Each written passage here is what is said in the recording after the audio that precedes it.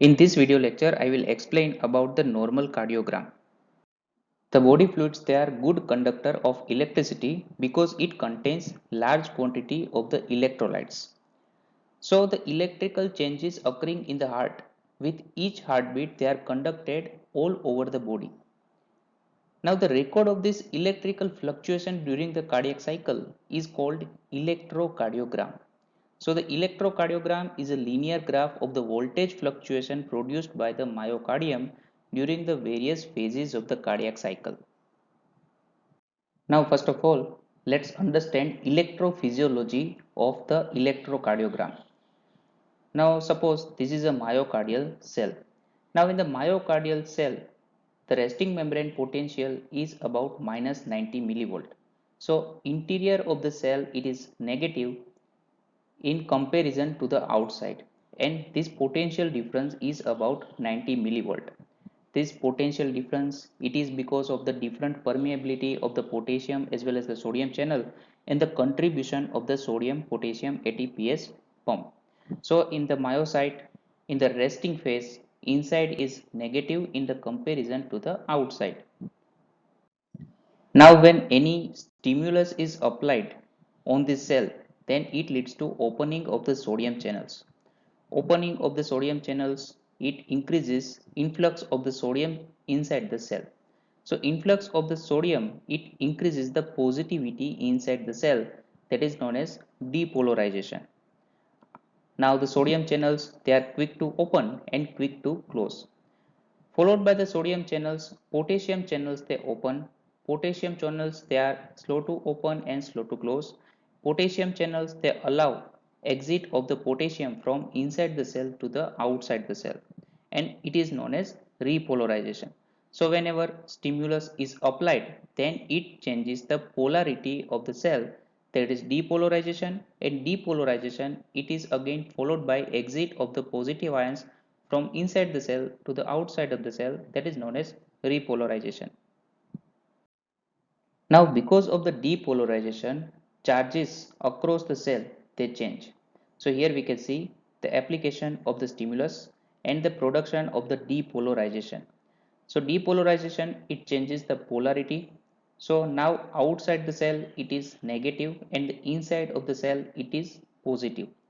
Now the nearby surface it is in the resting state. So here we can see the resting phase of the remaining cell, which contains outside positive charge and inside it is more negative. So there is change in the polarity is present in both the part of the cell. So because of this, current flows from the negative poles to the positive poles. When the depolarization it reaches at the threshold value, then it depolarizes the nearby area. In this manner, wave of the depolarization it spreads. So here we can see the direction of the current from the negative pole towards the positive pole. So now let's understand recording of the depolarization and the repolarization wave.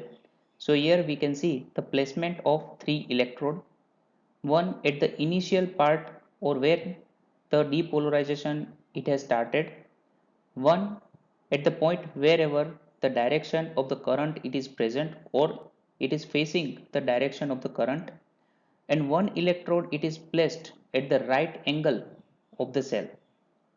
So the electrode that is facing the wave of the depolarization, it will record the positive or the upright deflection, and the electrode on the side where the wave it is receding, it will record a negative or downward deflection, and the electrode at the right angle to the wave of the depolarization, it records a diphasic wave. Diphasic means one upright as well as the one negative wave, that is known as diphasic deflection.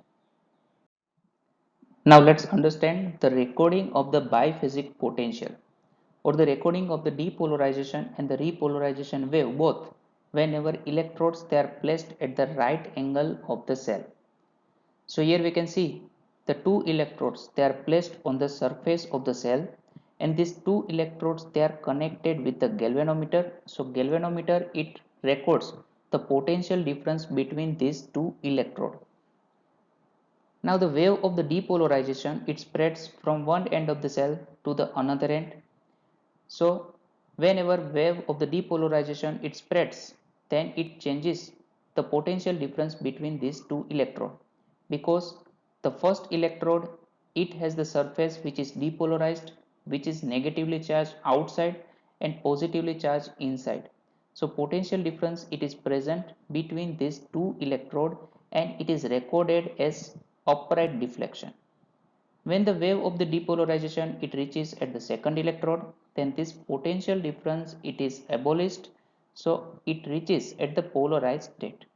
So in this manner, wave of the depolarization it is recorded.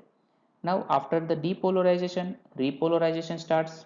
So the area below the first electrode it is repolarized, so outside surface it is positive, but the second electrode it is yet under the depolarized influence, so potential difference it is present between both this electrode, and it is recorded as the downward deflection. When the wave of the repolarization it reaches at the second electrode, again the potential difference between these two electrodes it is abolished, because area below this two electrode it is positively charged. So again it reaches at the polarized state. So in this manner, depolarization as well as the repolarization waves they are recorded. Here we can see the recording of the monophasic as well as the biphasic action potential in the ventricular muscle fiber. So in the monophasic potential, it shows only one upright wave which records depolarization as well as the repolarization, and in the diphasic recording, it records various waves like P, Q, R, S and T, and this positive as well as the negative deflection, it depends on the wave of the depolarization as well as the wave of the repolarization across the cardiac muscle fibers. So from this discussion, it should be quite clear that the ECG is the recording of the electrical activity within the heart, and it is the biphasic recording of the wave of the depolarization and wave of the repolarization in the cardiac muscles. We can record this electrical activity from the surface of the body, because body fluids they are good conductor of the electricity, because body fluid they contain more amount of the electrolytes.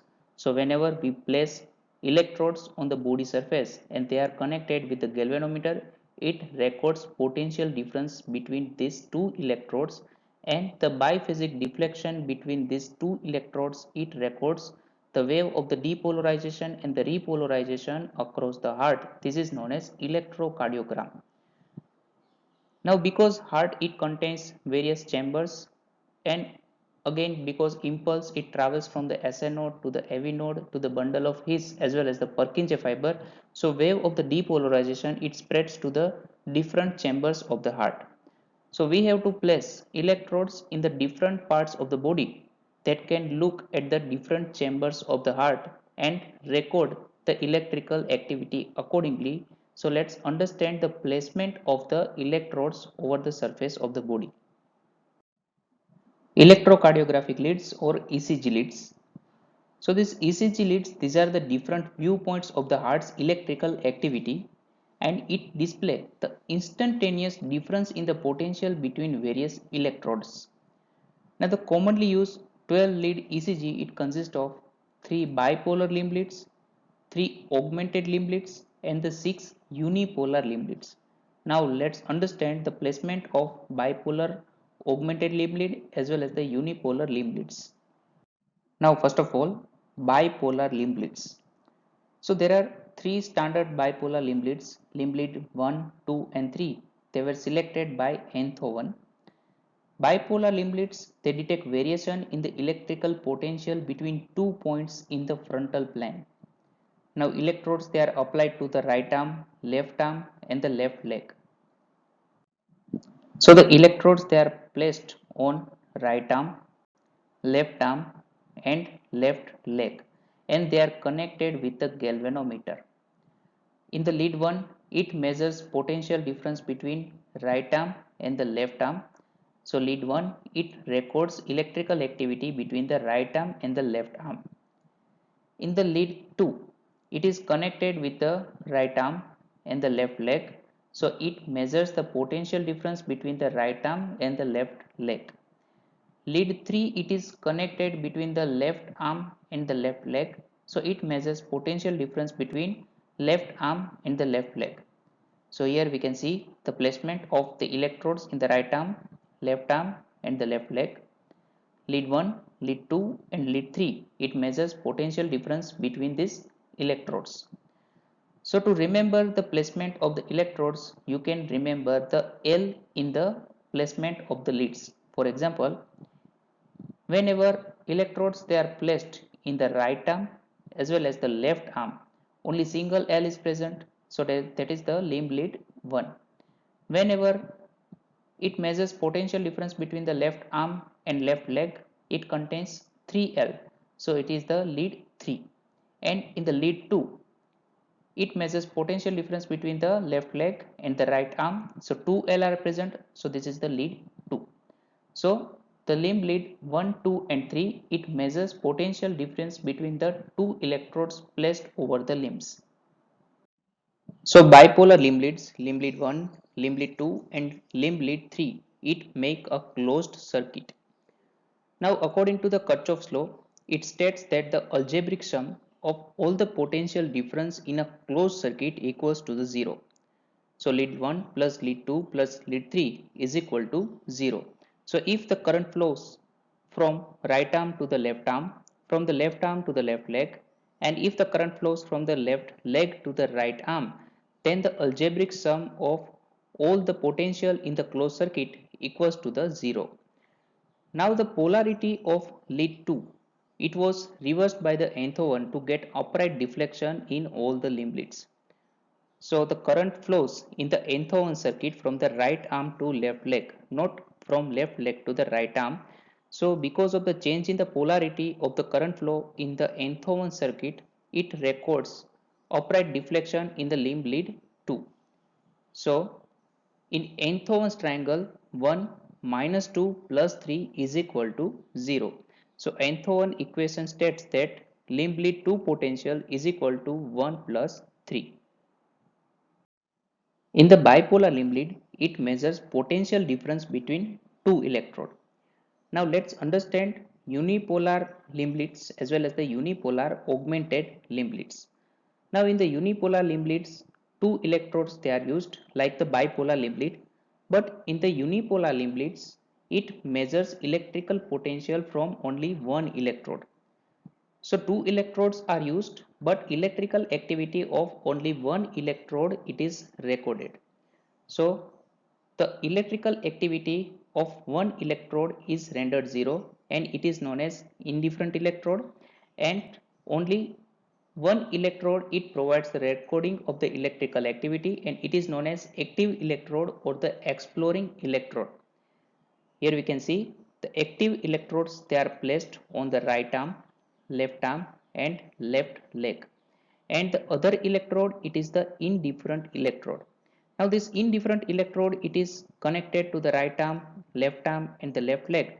So the electrical activity of the indifferent electrode it is 0. So only the recording of the electrical activity of the exploring electrode it is recorded, and this type of the arrangement it is known as unipolar limb lead. So unipolar limb lead they record electrical potential from right arm, left arm and left leg, and these unipolar limb leads they are VR, VL and VF. Now by a minor change in the technique, the voltage of these limb leads they can be increased by 50%, and therefore these leads they are known as augmented leads, and augmented limb leads they are AVR, AVL and AVF. Now let's understand the orientation of the unipolar as well as the bipolar limb lead and the recording of the electrical activity of the different part of the heart. First, the bipolar limb lead 1, limb lead 2 and the limb lead 3. So the bipolar limb lead 1, it records the electrical potential difference between the right arm and left arm. Limb lead 2, it records potential difference between right arm and left leg, and limb lead 3, it records electrical potential difference between left arm and the left leg. Now the unipolar limb lead, AVR, it records electrical activity from the right arm. AVL, it records electrical activity from the left arm.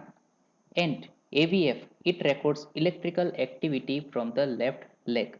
So all these leads, they look at the heart from the different viewpoints. So lead 1 and AVL, it records electrical activity from the anterolateral surface of the heart. Lead 2, 3 and AVF, it records activity of the inferior surface of the heart. And AVR, it looks at the cavity of the heart. So all these leads, they record electrical activity of the different part of the heart, anterolateral surface, inferior surface, as well as electrical activity from the cavity of the heart. So bipolar as well as the unipolar limb leads, it records the electrical activity from the heart in the frontal plane.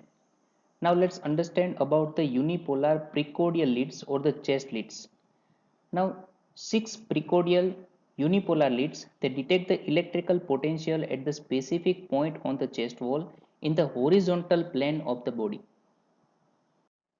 Unipolar chest leads, they are 6 in number and they are V1, V2, V3, V4, V5 and V6. Now V1, it is placed at the 4th intercostal space at the right sternal border. V2, it is placed at the 4th intercostal space at the left sternal border. V3, it is placed between V4 and V2. V5, it is placed at the 5th intercostal space in the anterior axillary line. And V6, it is placed in the 5th intercostal space in the mid axillary line. So in this manner, all these chest leads, they are placed in the horizontal plane and they detect the electrical activity of the heart in the horizontal plane. Now let's understand orientation of 6 chest lead and the recording of electrical activity from the heart. Lead V1 and V2. It records electrical activity from the right ventricle because it is oriented towards the right ventricle. V3 and V4. It records electrical activity from the interventricular septum and the anterior wall of the heart. Lead V5 and V6. It looks at the anterior and the lateral wall of the left ventricle. So it records the electrical activity from the anterolateral surface of the heart. In this video lecture, you have learned about the electrophysiology principles behind the recording of the electrocardiogram and the placement of 12 leads over the body surface that record the electrical activity of the heart from the different viewpoints. In the next lecture, I will explain more about the waves and the complexes in the electrocardiogram and applied aspect related to it. Thank you.